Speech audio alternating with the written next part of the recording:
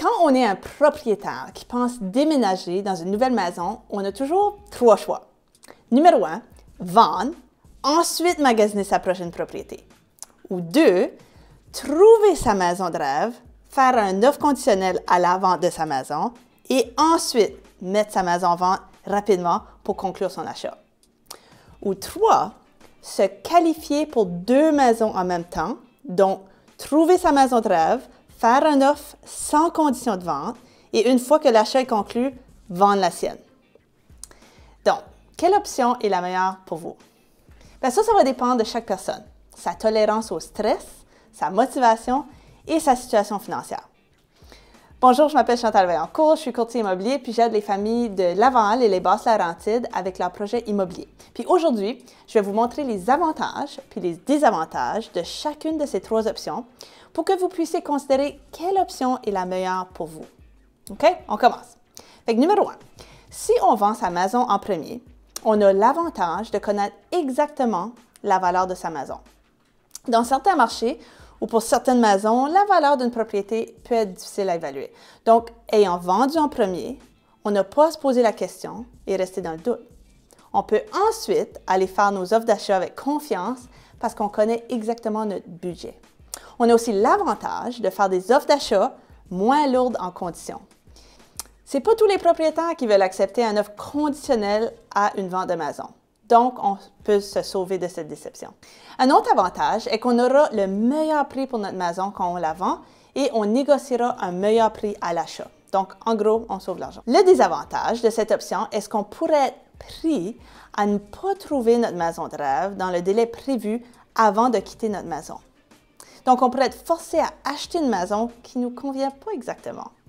Ou être forcé d'aller vivre en logement ou dans le sous-sol d'un ami en attendant de trouver la perle rare. Ce qui voudrait dire déménager 2 fois. Ce désavantage est surtout stressant quand l'inventaire des maisons est bas ou dans un marché immobilier incertain où les prix fluctuent beaucoup, comme durant la pandémie par exemple. L'option numéro 2 est que vous pouvez toujours faire une offre conditionnelle à la vente de votre maison. L'avantage est que vous saurez exactement où vous allez déménager au moment où vous allez mettre votre maison en vente. Fait que c'est parfait, non? Mais pas vraiment. Il y a quand même plusieurs désavantages. En voici 4 que je peux penser.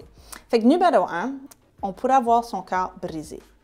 Oui, vous pourriez vous ramasser à faire plusieurs offres conditionnelles, mais toujours perdre en offres multiples, simplement parce que l'autre acheteur n'a pas de conditions de vente. Ou 2, vous pourriez payer plus cher votre nouvelle maison.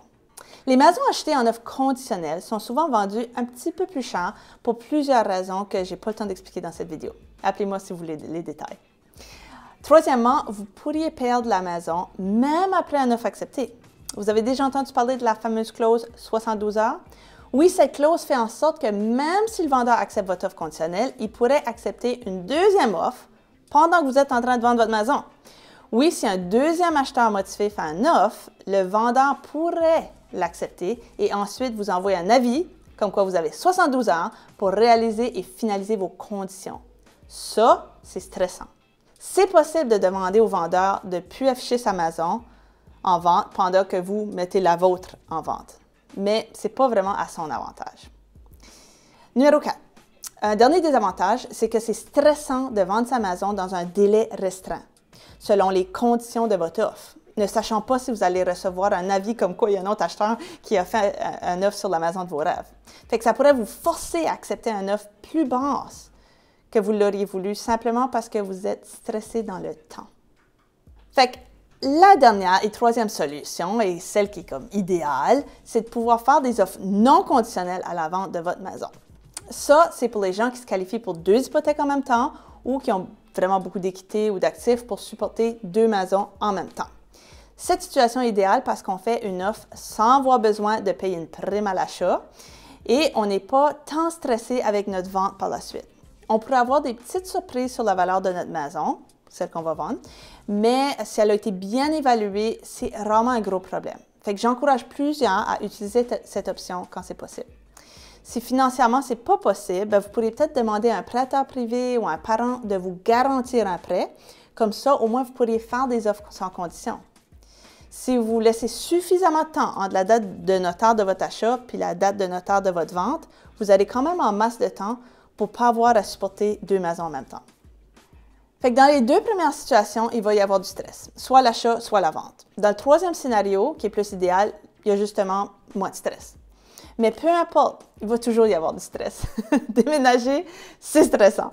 C'est pour cela que c'est vraiment important d'avoir un bon courtier de confiance pour vous guider dans le processus puis vous mettre en contact avec tous leurs professionnels.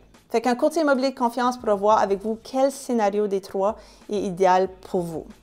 Aussi, il est très important d'avoir une bonne analyse de la valeur marchande de votre maison. Comme ça, vous allez vous assurer que vous vous enlignez bien avec votre projet. Fait que si vous avez des questions sur un ou plusieurs de ces points, n'hésitez pas à les écrire dans les commentaires ou encore mieux, contactez-moi. Ciao!